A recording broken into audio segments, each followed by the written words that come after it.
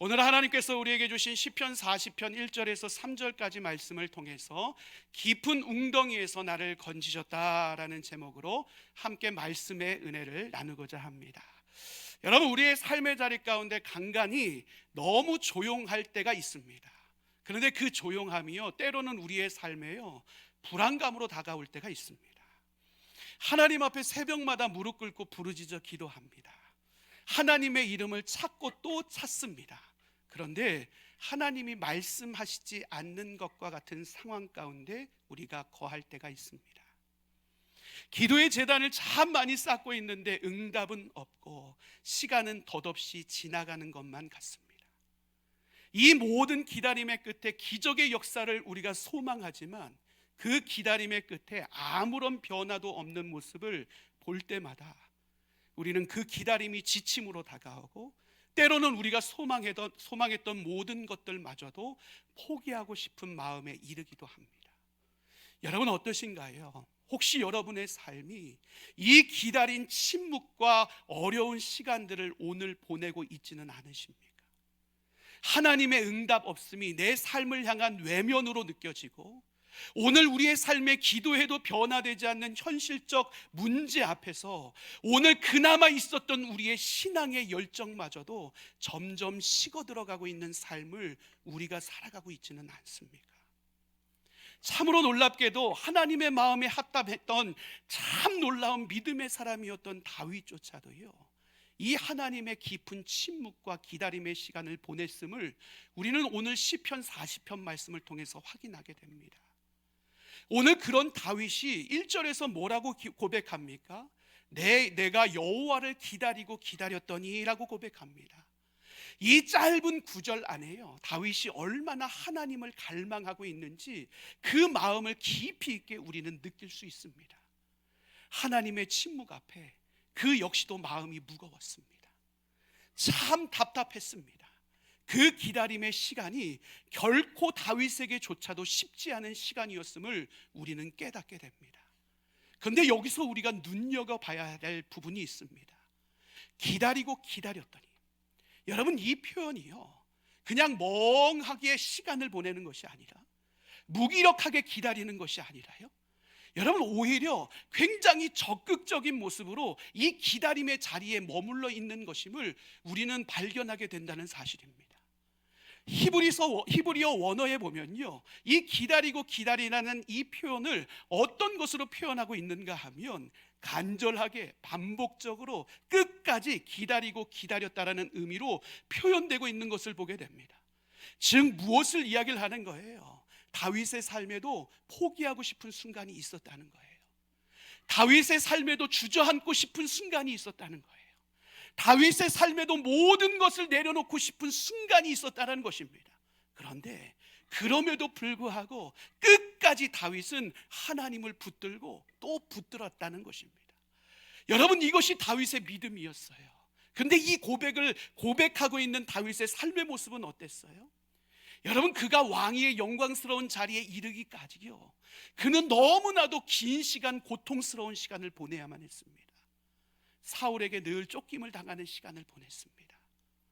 자신을 든든히 지원해줬던 모든 사람들이 자신의 등을 돌리면서요 외로운 시간을 보내야 됐습니다.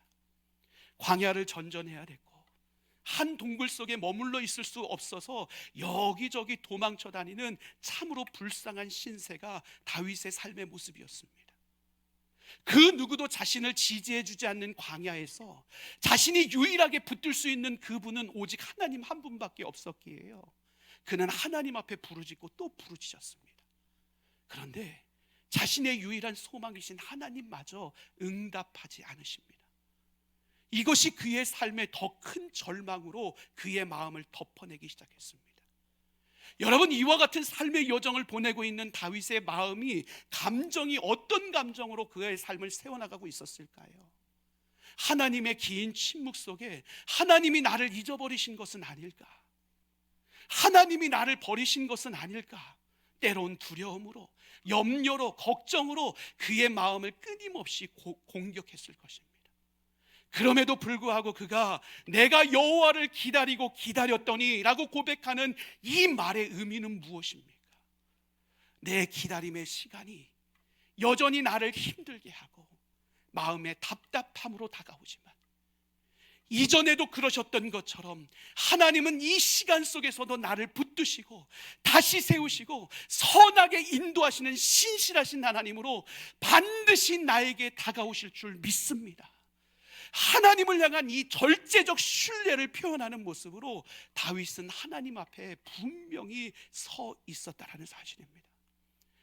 여전히 긴 침묵의 시간을 보내고 있지만, 여전히 결론 나지 않는 현재의 문제 속에 거하고 있지만, 여전히 불투명한 미래 속에서 어찌할 바를 모르는 삶을 살아가고 있지만, 그럼에도 불구하고 하나님을 절대적으로 신뢰하는 그 다윗의 모습, 여러분, 이 신뢰의 믿음 가운데요, 그에게 주어진 은혜의 결과가 무엇입니까? 1절 하반절에서 다윗은 이렇게 고백합니다. 함께 읽도록 하겠습니다. 귀를 기울이사 나의 부르짖음을 들으셨도다. 아멘. 다윗이 뭐라고 고백합니까? 귀를 기울이사 나의 부르짖음을 들으셨도다. 여러분, 이렇게 당당하게 고백하고 있습니다.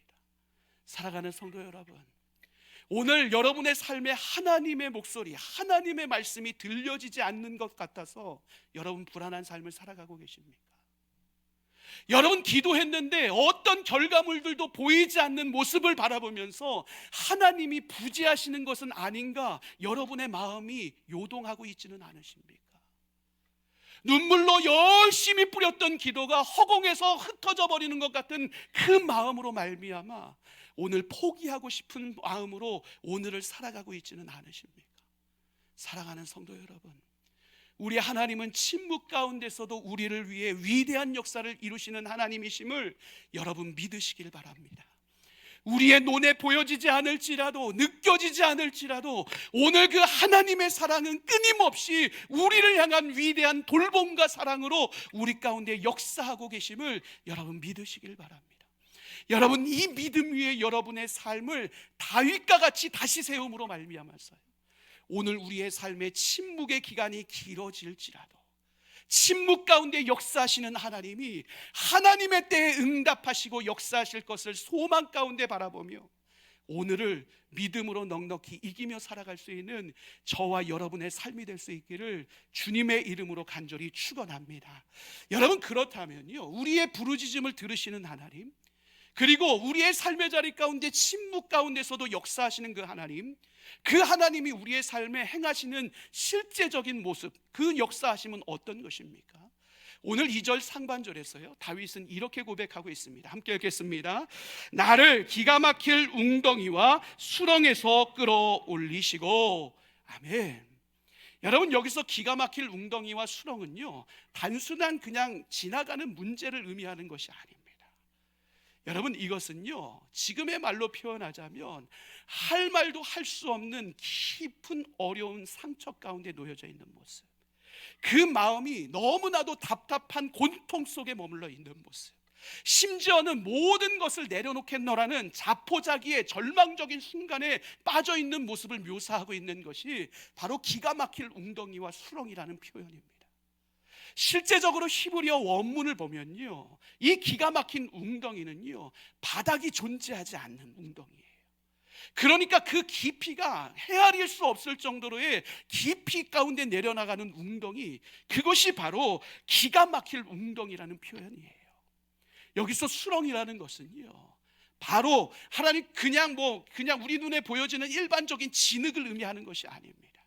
그곳에 한번 빠지면 몸부림치면 몸부림칠수록 더욱더 깊이 빠질 수밖에 없는 늪과 같은 것을 의미합니다.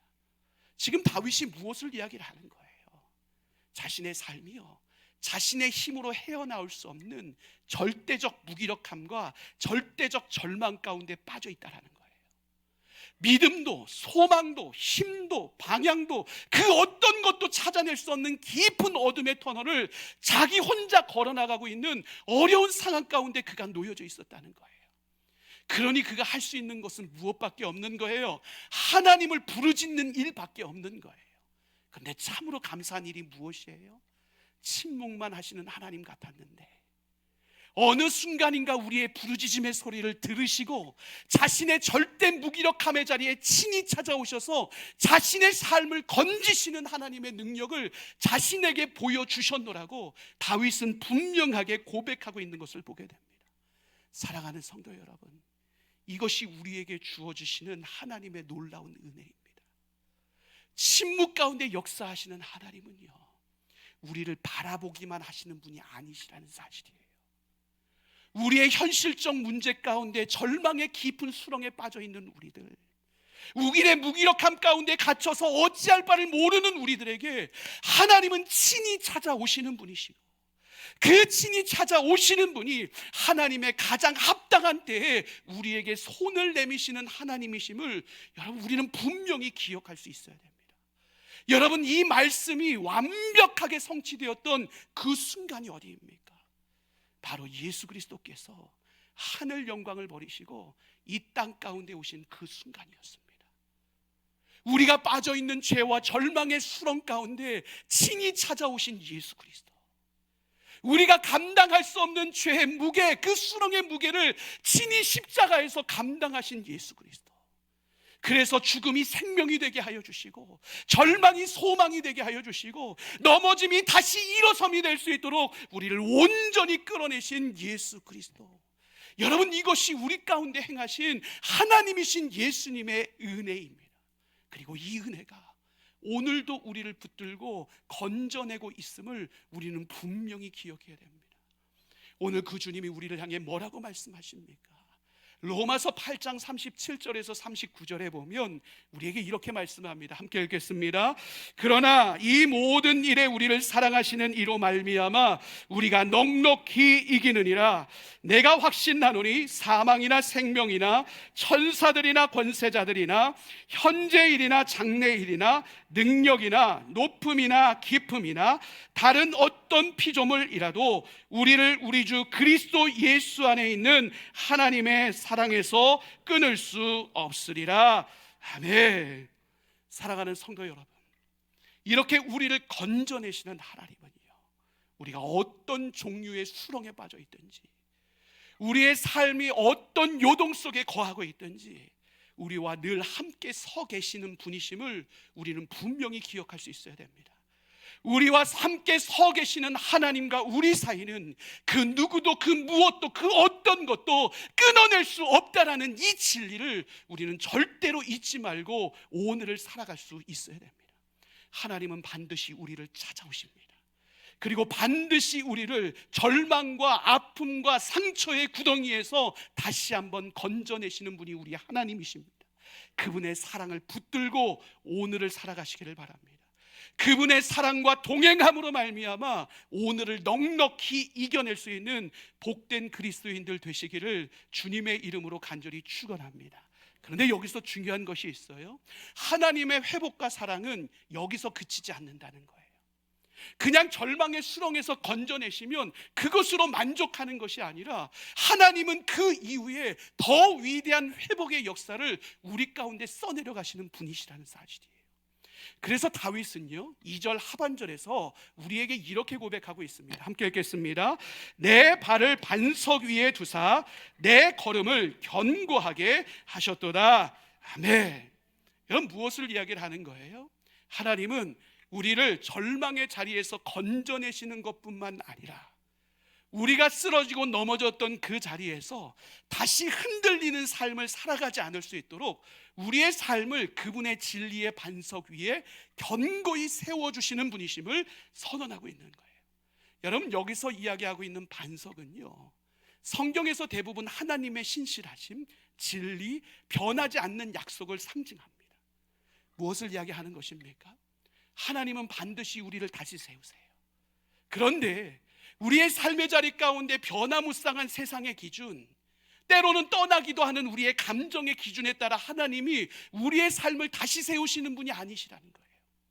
하나님은 우리의 삶을 어디에 세우신대요? 세상이 흔들릴지라도 변하지 않는 하나님의 진리와 그 약속 위에 우리를 세워주심으로 말미암아 어떤 상황 속에서도 요동하지 않고 끝까지 사명자의 삶을 살아가는 모습으로 우리의 삶을 견고히 세워주신다는 사실이에요. 여러분, 이것이 우리의 삶에 이루시기를 원하는 하나님의 회복의 완성인 거예요. 근데 오늘 우리는 어떻게 기도해요? 하나님, 이 고통에서만 벗어나게 해주세요. 이 절망의 자리에서만 벗어나면 좀 제가 살 것 같아요. 오늘 우리의 기도가 여기에 머물러 있어요.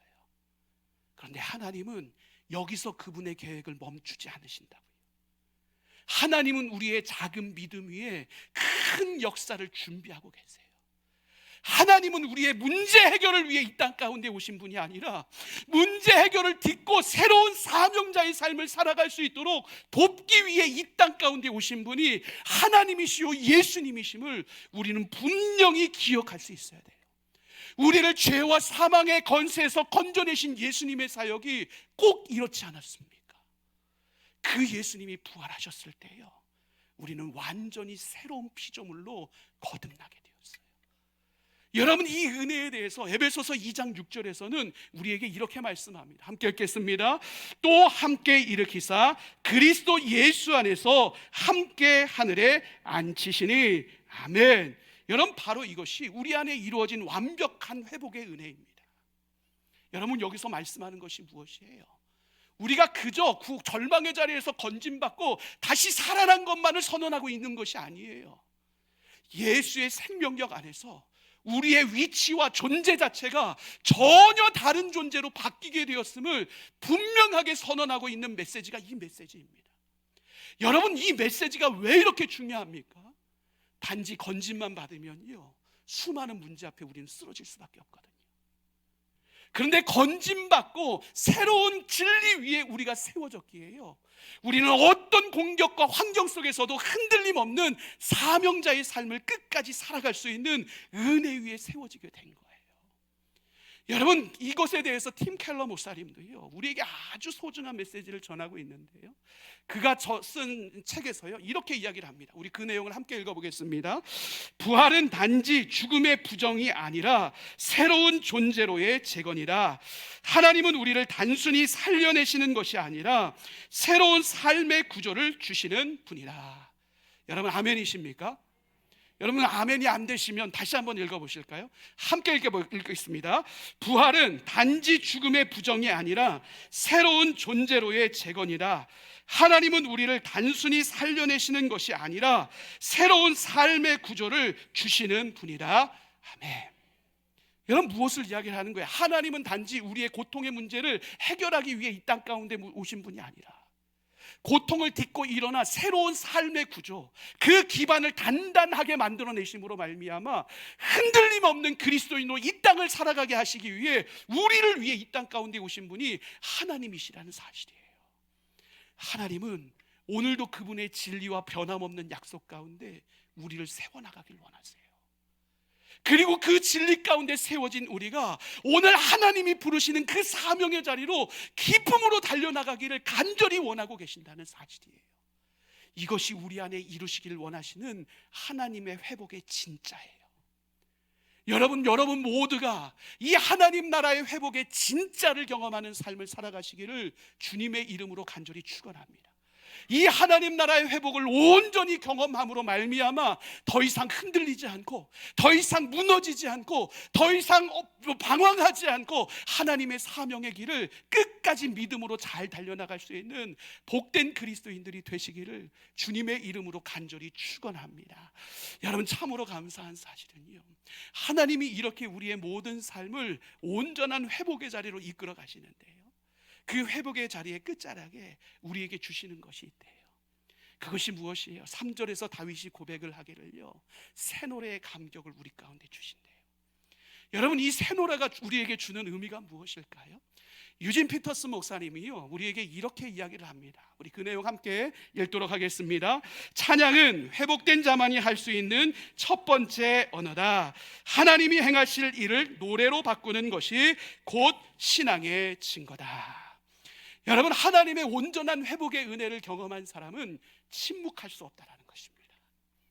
오늘 우리의 영혼 깊은 곳에서 울려 퍼지는 감격이 오늘 우리의 삶을 전율시킴으로 말미암아 포기치 않고 하나님의 영광스러움을 우리의 입술을 통해 자유함으로 선포하며 감격으로 선포하는 삶을 하나님은 우리의 회복의 끝에 허락하신다는 사실이에요. 그런데 참으로 놀라운 일이 무엇인 줄 아세요? 이 회복의 새 노래가 우리 안에만 감격이 되고 우리 안에만 자유가 되고 우리 안에만 능력이 되는 것이 아니라는 사실이에요. 이 회복의 새 노래가요, 다른 모든 사람들에게도 막강한 영향력을 끼친다는 거예요. 그래서 오늘 다윗이 3절 하반절에서 무엇을 고백합니까? 이 고백을 해요. 우리 그 구절을 함께 읽도록 하겠습니다. 많은 사람이 보고 두려워하여 여호와를 의지하리로다. 아멘. 참으로 놀랍지 않습니까? 하나님은 다윗의 삶을 회복하셨고 그의 입술과 마음을 통해 새 노래를 부르게 하셨어요. 근데 그 새 노래가요, 누군가의 귀에 들려졌고 그 영혼의 마음을 움직이기 시작했고 그 누군가의 삶에 믿음의 씨앗이 되어 그 삶을 변화시키는 놀라운 능력으로 발휘되었다는 사실이에요. 무엇을 이야기하는 거예요? 하나님의 회복은 개인의 회복과 치료에서 끝나는 것이 아니라는 거예요. 한 영혼이 회복되어지고 다시 세워지면 그 한 영혼을 통해 가정이 회복되어질 수 있고 그 한 영혼을 통해 공동체가 회복되어질 수 있고 그 한 영혼을 통해 이 나라 이 민족이 회복되어질 수 있는 놀라운 능력으로 발휘되어질 수 있다는 거예요. 오늘 우리의 소망의 노래가 공동체의 믿음의 능력으로 발휘되어지는 역사가 될 수 있다는 사실이에요. 그렇다면 여러분, 오늘 우리의 삶은 어떻습니까? 이 새 노래의 역사를 만들어가고 있는 삶을 살아가고 있습니까? 여전히 수렁 가운데 깊이 빠져있는 삶을 살아가고 계십니다. 오늘 이 새 노래의 찬양이 나오지 않는 분들이 있을 겁니다. 여전히 마음이 답답하고 현실적인 문제 앞에 기도가 나오지 않고 눈물만 펑펑 쏟아지는 그 삶의 현장 속에서 오늘 하루를 버겁게 살아가는 분들이 분명 여기에도 존재하실 것입니다. 그럼에도 불구하고 사랑하는 성도 여러분, 오늘 우리 안에 회복하시는 하나님의 은혜의 손길을 소망 가운데 바라보며 기대할 수 있는 우리가 될 수 있기를 간절히 소망합니다. 하나님은 우리를 바라보시는 분이 아니라 우리에게 찾아오시는 분이십니다. 하나님은 우리의 깊은 수렁에 하나님의 손을 내미시고 우리를 건져내시는 분이십니다. 건져냄의 자리에서 변하지 않는 하나님의 진리와 약속 가운데 우리를 다시 세워주시고 우리를 사명의 길로 달려나가게 하십니다. 그리고 그 끝에 우리에게 새 노래의 감격을 회복하게 하시는 분이 우리 하나님이십니다. 이 하나님이 여러분의 입술과 마음에 반드시 새 노래의 감격을 회복하실 것입니다. 그 새 노래가 여러분의 은혜의 증거가 되게 하실 것입니다. 그리고 여러분이 부르는 새 노래를 통해 여러분 옆에 울고 있는 자들에게 그 새 노래가 희망이요, 위로요, 믿음이 되는 놀라운 은혜의 통로로 여러분의 새 노래를 아름답게 사용하실 것입니다. 그러기에 사랑하는 성도 여러분, 하나님의 은혜 가운데 참된 회복을 맛보시길 바랍니다. 그 은혜의 감격이 흘러넘침으로 말미암아 여러분이 있는 곳에 또 다른 회복의 역사가 써내려져 가고 여러분이 있는 바로 그곳에 하나님 나라가 은혜 가운데 견고히 세워나가는 축복의 통로가 되는 저와 여러분의 삶이 될 수 있기를 주님의 이름으로 간절히 축원합니다.